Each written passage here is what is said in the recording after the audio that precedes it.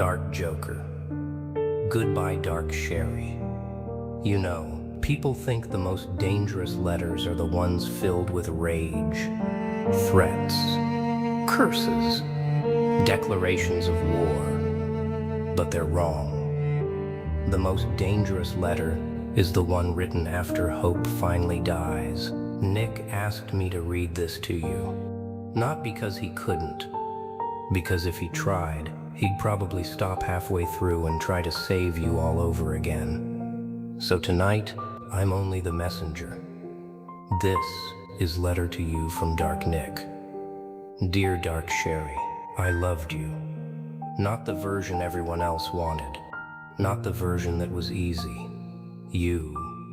Even when you tried to convince me there wasn't a you worth saving. Every wound I turned into wisdom. Every betrayal I tried to turn into understanding. Every scar became another lesson I convinced myself would eventually lead us somewhere beautiful.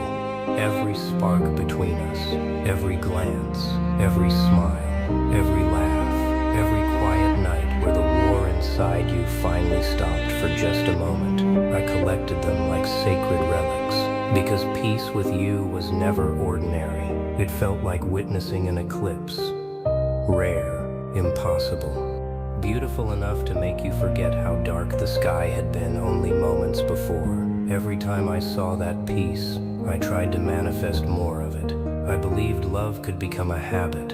I believed healing could become contagious. I believed if I stayed patient, if I stayed loyal, if I kept choosing you, the universe would eventually choose us. I watched the cards. I looked for signs. I searched dreams, coincidences, numbers, prayers, anything that whispered, keep going. And for a while, it almost seemed possible. It almost felt like destiny was finally softening. It almost looked like you loved me back. That almost became my favorite illusion. I lived inside it. I built a future inside it. I mistook possibility for promise.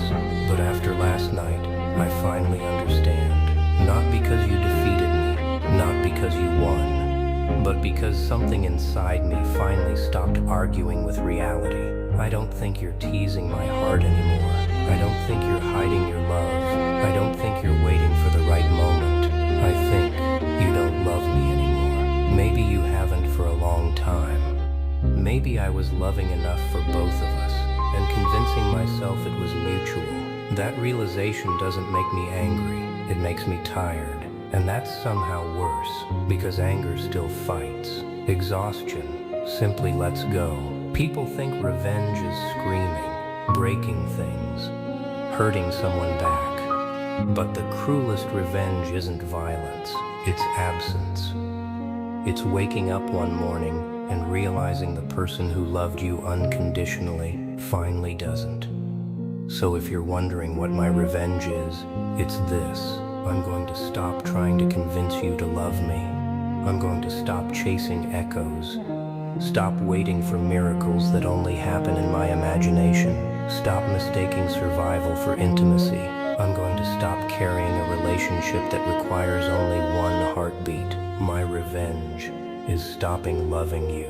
Not because I want to, because I finally have to. Love shouldn't have to beg for permission to exist.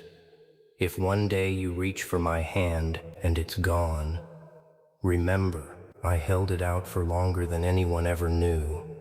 Long enough to lose pieces of myself. Long enough to believe impossible things. Long enough to become a ghost standing beside someone who no longer noticed he was there. I hope one day you become the person I always believed was hiding inside you. I truly do, but I won't be waiting anymore. Goodbye, darksherry. Love, Nick. Funny thing about revenge, Sherry. Everyone expects fire, explosions, blood, chaos. Sometimes, revenge is simply refusing to die beside someone who's already buried your heart. Sometimes the greatest act of self-respect is closing the door you spent years praying would finally open. And if she ever asks, why did he stop loving me? The answer won't be, because he couldn't.